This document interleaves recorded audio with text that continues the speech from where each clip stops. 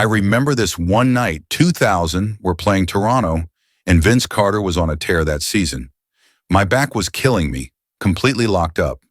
But in my mind, missing that game would have meant giving people a reason to say, he didn't want the smoke. He ducked Vince. That couldn't happen. I was in that layup line thinking, today's not the day to sit out. Today, pain takes a back seat. Vince was going to have to see me. Period. Even off the court, the same intensity followed me. When it came to investing, I kept things simple. First, do I understand the business? Is it something where I can bring value, not just throw in money? What are the barriers? Can anyone just step in? Or is it something special? And most importantly, what's the culture like? Are the people running it obsessives? Are they in love with the grind? Because I know that mindset. If they have that, then I'm listening.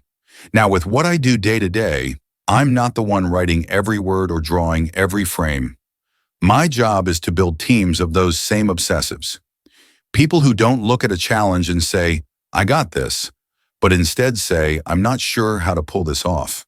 That's where the magic happens. When curiosity leads you into unfamiliar territory and you fight your way through.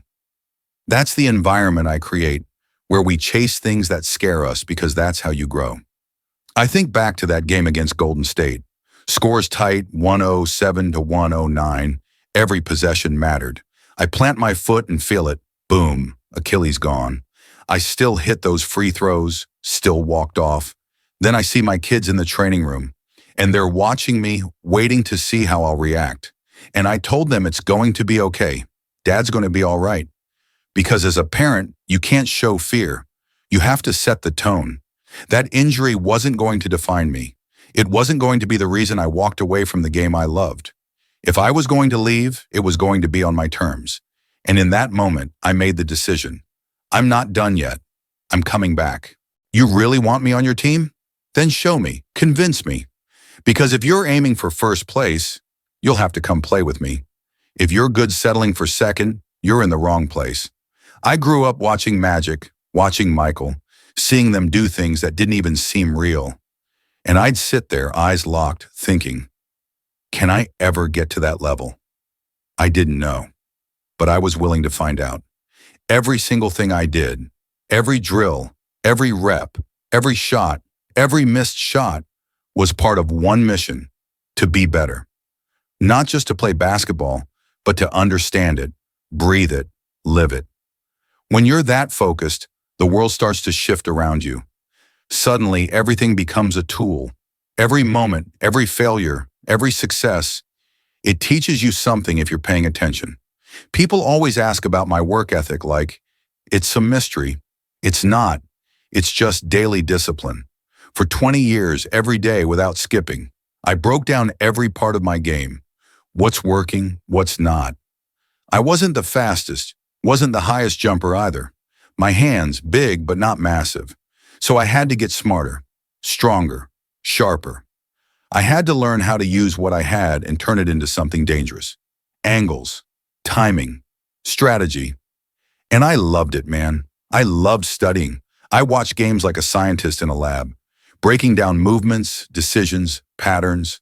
And when it was time to play, when it was time to train, I switched into something else. It's hard to explain, but I'd shift mentally into a different space. I'd lock in, almost like an actor stepping into a role. Maximus from Gladiator. That moment when he picks up the dirt before battle, that was my switch. That was me stepping into the arena. You can't touch me there. You can't talk to me there. That's the zone. People ask how I got so mentally tough. The truth? I stopped making it about me. You miss shots, people laugh, people criticize. You feel embarrassed? Get over yourself. You're not that important. That's the truth most people don't want to hear. If you're spending energy worrying about how people see you, you've already lost focus. I once shot 5 air balls in a game. Everyone saw it. But instead of hiding, I asked, why did that happen? And the answer was simple. In high school, I played 30, maybe 35 games a year. Plenty of rest. But the NBA, it's game after game after game. My legs weren't ready. Every shot was on target but came up short. It wasn't nerves, it was physics. So next year, I trained for that, built my legs, adjusted the program, fixed the problem, and yeah, I looked around. I searched for others like me, people who were wired the same way. I called it Goat Mountain. I went to the greats, Magic, Michael, Bird, Hakeem, Jerry, Oscar, Russell. I wanted to understand how they thought, how they prepared, how they won. Michael especially. He became like a big brother to me. From the moment I entered the league, he was there, and I soaked it in. Every conversation, every piece of advice. I didn't just want to play, I wanted to master it. But here's the truth. Some players had the talent, some had the love, but very few were willing to give it everything.